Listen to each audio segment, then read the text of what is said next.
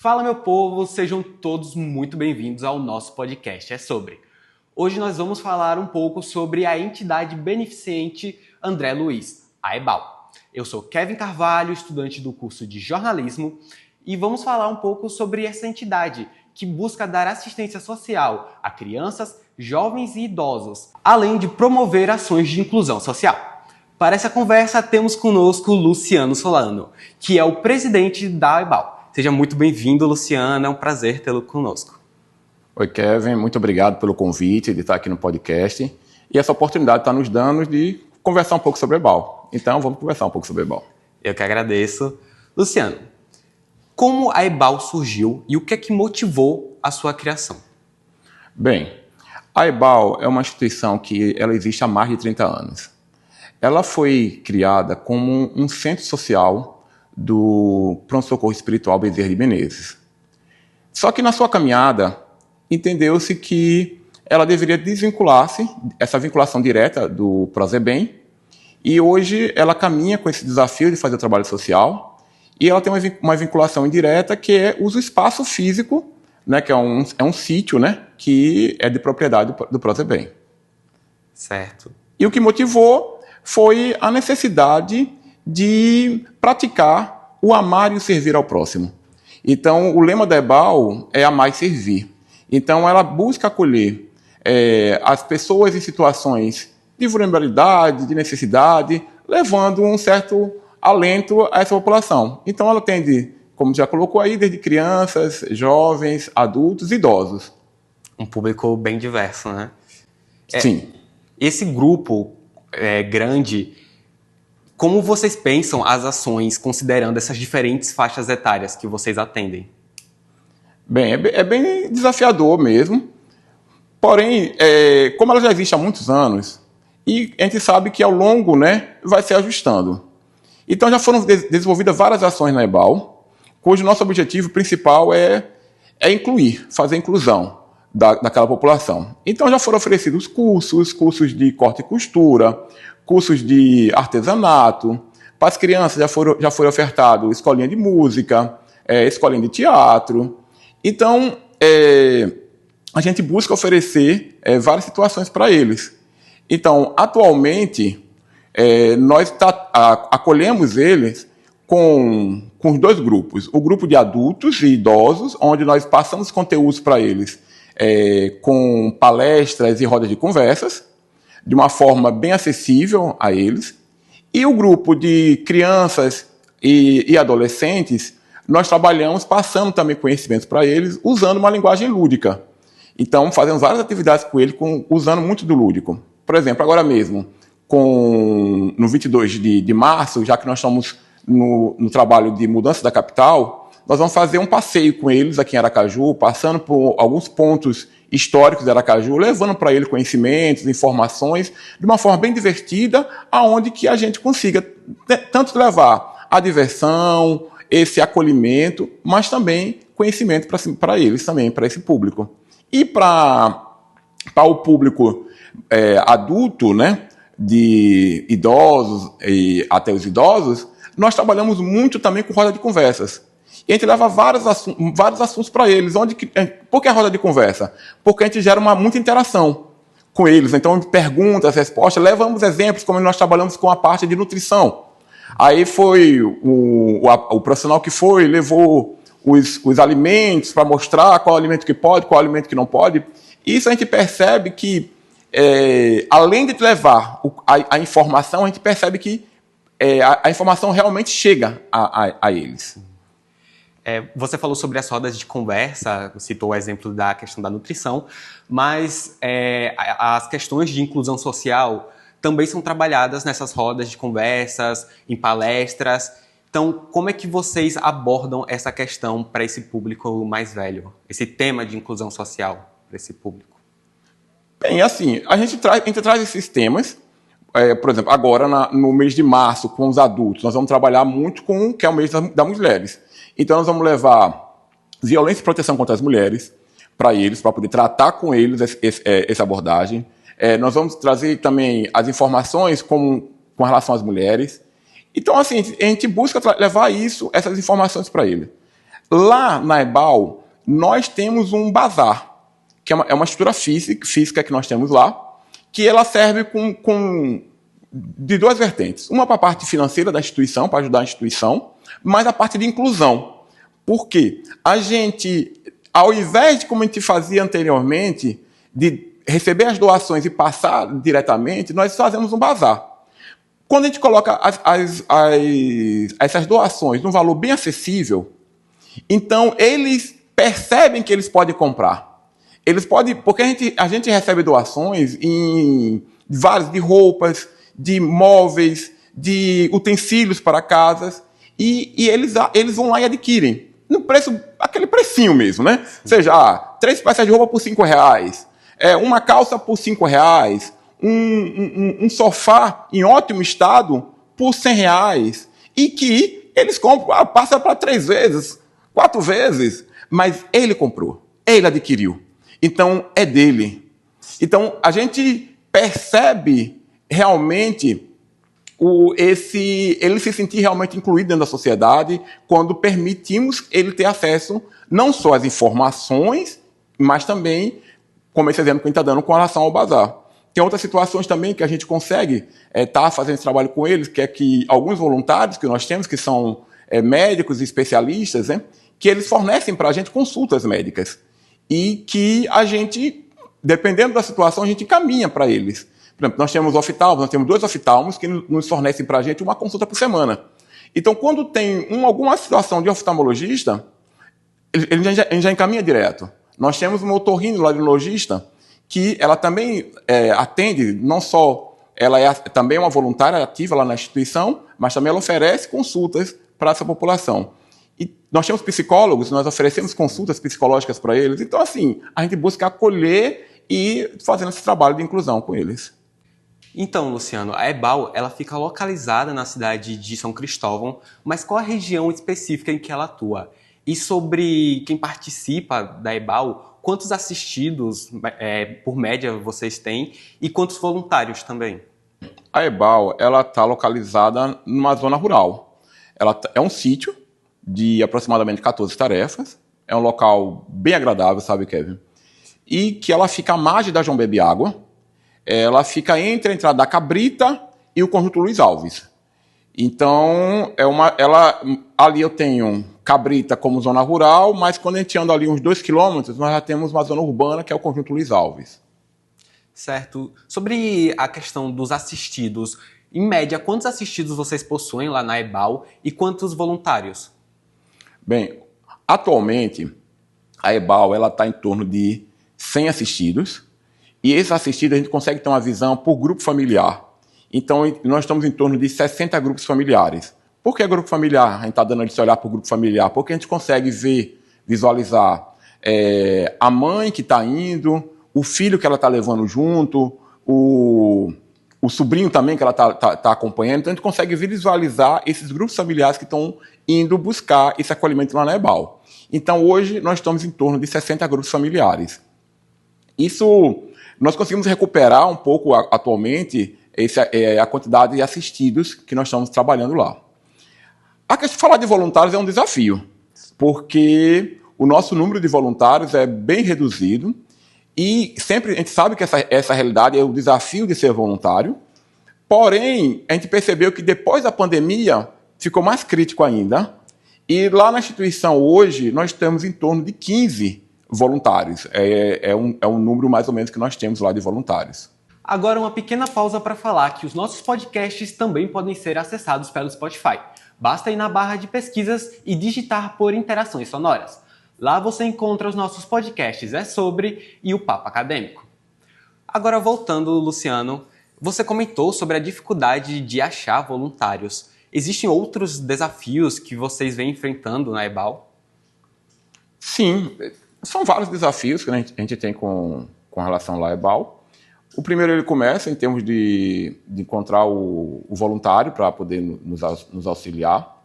Tem a questão de conseguir recursos, porque a EBAL ela trabalha com doações, as doações financeiras, as doações de material para poder desenvolver nossos trabalhos. E também nós buscamos alternativas para poder conseguir manter a instituição através de ações que a gente faz. Nós fazemos rifas, nós fazemos o próprio bazar que nós temos lá, nós fazemos eventos sociais como a feijoada, que já é tradicional. Nós já fizemos 8 feijoadas na EBAL ao longo, buscando a participação, levar o pessoal para a instituição, conhecer a instituição e, através das suas contribuições, nos ajudar a manter esse trabalho. Luciano, são muitas pessoas atendidas pelo EBAL e são muitas histórias que passam pelo lugar. Existe alguma história marcante de superação ou transformação vivida por alguém que foi atendido por vocês? Kevin, essa pergunta, ela me traz o que nós estamos vivendo hoje na EBAL. A superação está sendo da própria EBAL. Como eu falei para você, a EBAL, ela foi fundada, criada há 30 anos, por outras pessoas, por pessoas abnegadas pela causa, e que, nessa caminhada, a gente acabou se aproximando de um trabalho voluntário, não me sentindo uma pessoa competente, mas chegou um momento para que a gente seguisse com a instituição. E que, justamente, com esse processo que a gente passou, pandemia, no qual a gente praticamente paramos a instituição em função da pandemia e que a gente não conseguia desenvolver nossas atividades, fazendo alguma coisa pontual, bem pontual mesmo, distribuição de cesta básica, em alguns momentos específicos, mas voltar à atividade após pandemia, muito desafiador. Chegamos ao ponto de me imaginar que não tínhamos condições de manter a EBAL. Ao ponto de temos que fechar a instituição que já existe há muitos anos. Então, o ano de 23, para começar do 24, era um ano que nós estávamos discutindo muito isso e dentro de mim mesmo, fechar a instituição. Não tem como, não tínhamos voluntários. Nós não tínhamos recursos financeiros para manter a instituição. E aí veio a superação da EBAL. Acredite que o ano de 2024, que começou para que a gente tinha que fechar a instituição, não tinha como manter, nós tivemos resultados espetaculares, sociais. Assistências incríveis que a gente conseguiu dar. Então, e várias respostas que não foi dada. Isso realmente me emociona, porque chegou no momento de uma pergunta que é o que nós estamos vivendo hoje, é a superação da instituição.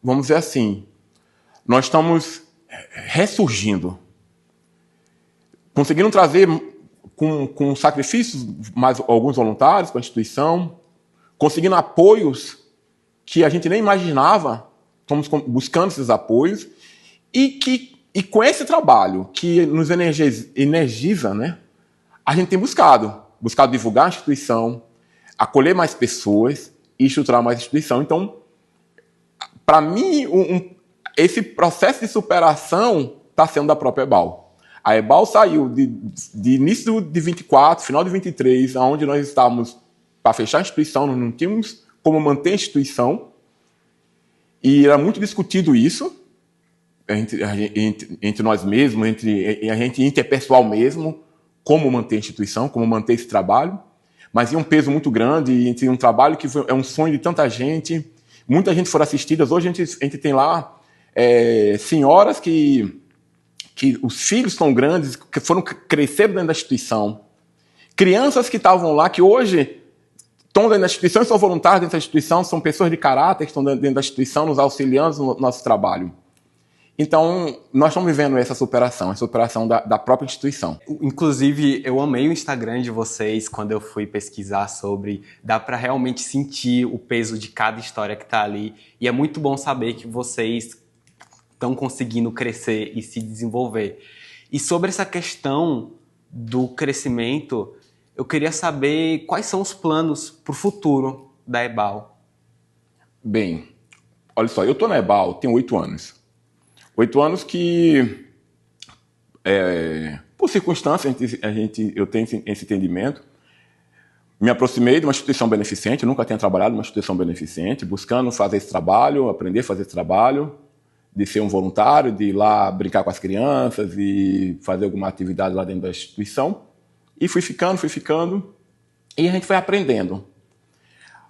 E hoje eu consigo falar, dentro de todo esse aprendizado, que dentro desse trabalho que é desenvolvido, nesse espectro, existem várias formas de fazer esse tipo de trabalho, que todas são muito importantes, ajudam muito. Mas a gente percebe que, desde a constituição da EBAL, ela sempre buscou ser uma instituição que fizesse inclusão. Claro, fazer assistência pura, sim, é muito importante. Mas a gente busca na missão fazer inclusão, como está na nossa missão. A nossa missão é despertar no homem sua dimensão integral através da educação, saúde e inclusão social. Então, é buscar estruturar a instituição para que ela realmente abrace o grupo familiar e que o inclua. Para isso, nós estamos buscando trazer as estruturas administrativas, as estruturas das ações, para que a gente avance. Eu estou dizendo assim, vamos subir um degrauzinho para que venham outras pessoas e sigam como vem acontecendo na história da instituição. Então, o objetivo é que a gente realmente consiga estruturar essa parte de administração, a parte de voluntariado, as nossas ações estarem mais sólidas e que a gente caminhe com passos mais firmes, como sendo uma instituição que acolhe a população, acolhendo, levando inclusão social para eles. Nosso objetivo como fala a Dona Luzia, né, e ela traz isso, Dona Luzia é uma abnegada, uma senhora que, desde a fundação da instituição, ela teve que se afastar por questões de saúde, e aí dando continuidade, mas ela fala que o objetivo não entregar o peixe, mas ensinar a pescar, certo? Então, nosso objetivo não é entregar uma cesta básica. O nosso objetivo não é simplesmente dar uma roupa, como eu falei, a questão do bazar, mas que as pessoas conquistem, certo? Então, é isso que a gente está buscando, é que a gente permita com que eles andem e alcem seus voos e não fiquem presos, dependentes da instituição, mas que a gente leve essas informações para eles. Esse é o nosso grande desafio com a instituição. Não é fácil. Com certeza. Para finalizar, qual mensagem você quer deixar para quem se sensibilizou pela causa de vocês e deseja de alguma forma contribuir ou apoiar para o trabalho da EBAL?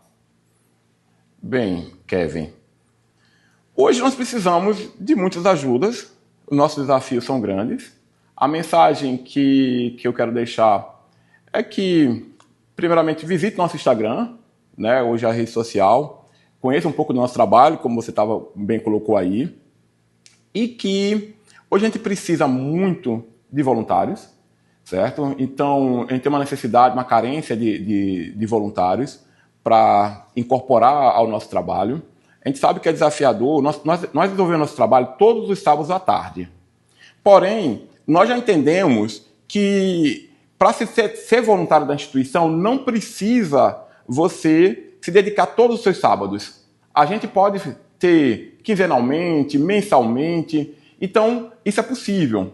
Então o corpo de voluntários é muito importante para que a gente dê seguimento ao nosso trabalho, porque o número de assistidos ele tem aumentado bastante. Hoje temos carência de psicólogo, apesar que nós temos uma psicóloga lá na instituição, que ela todo sábado está lá conosco, que é a doutora Celina Ximenes, mas hoje a gente sabe que nós temos várias crianças que a gente percebe que existe necessidade de fazer um acompanhamento de perto. Hoje nós temos uma necessidade específica, que é o que nós estamos buscando fazer aqui, que foi muito bem, a gente agradece muito esse convite, é divulgar a instituição. Então, estudantes de comunicação, de jornalismo, né, dessa parte que faz a parte de comunicação, que queira nos auxiliar, porque a gente não consegue fazer a divulgação das nossas atividades nas redes sociais. Nós temos uma programação para esse primeiro semestre muito, muito bacana, muito vasta, tem muita coisa acontecendo, mas a gente sabe, se a gente não divulgar, como vai saber o que está sendo feito lá na EBAL, certo, Kevin? Então, hoje, nós buscamos muito, com esse trabalho que nós estamos fazendo de reestruturar, a gente já percebeu, nós temos a carência de alguém de comunicação que nos auxilia aqui, se tiver um grupo sei lá, de 4 estudantes que alternem, né? Cada um vai um sábado para tirar foto, fazer pequenos vídeos, alimentar nossa rede social. Precisamos muito disso. E também acompanhar, porque temos a questão de nossas ações que a gente faz buscando auxílio, buscando recursos, né? Então, principalmente pelas nossas redes sociais que nós não estamos divulgando. Tem uma questão de médicos, né, que a gente oferece uma consulta por semana, tem médicos que oferecem uma consulta por semana. Se oferecer uma consulta quinzenalmente, a gente sabe que vai nos auxiliar muito. Tem situações específicas que o pessoal está precisando. Por exemplo, hoje mesmo nós estamos buscando um neuropediatra para atender uma criança lá da comunidade que está precisando, que já tem 2 anos que ela está buscando uma consulta com o neuropediatra e não consegue. Então, assim, e hoje nós não temos nosso espectro, mas a gente está pedindo. Então, assim, profissionais específicos, eu estou tentando dizer que não precisa necessariamente estar lá full time dentro da instituição. Modelos como a gente tem aplicado funcionam muito bem, que fornece ou dá um contato, quando precisar a gente busca. Então, busca nas nossas redes sociais, né? A gente consegue estar buscando isso. Agora, voluntário a gente está precisando bastante. E espero que vocês consigam. Desejo muito sucesso para você. Muito obrigado pela sua participação no nosso podcast. Eu que agradeço. Eu agradeço bastante, Kevin, essa oportunidade que foi nos dada aqui. E espero que as minhas respostas tenham sido esclarecedoras e que tenham alcançado o nosso objetivo, que é conversar um pouco, explicar um pouquinho do que é esse desafio de trabalhar com trabalho voluntário. Obrigado. O É Sobre vai ficando por aqui, uma produção do projeto de extensão Interações Sonoras, dos cursos de Jornalismo e Publicidade e Propaganda, desenvolvido no Complexo de Comunicação Social, CCS. Apresentação, Kevin Carvalho. Produção, Kevin Carvalho e Tiffany Araújo. Coordenação, Thalita Deda. Edição de áudio, Eduardo Tavares. Edição de vídeo e videografismo, Márcio Pimentel. Diretor de cena e imagem, Edson Júnior. Cinegrafistas, Josevaldo Vieira e Kesley Fonseca. Assistente, Ricardo Lima. Conselho editorial, podcast É Sobre. Professores, Jaqueline Neves e Thalita Deda. Até o próximo episódio.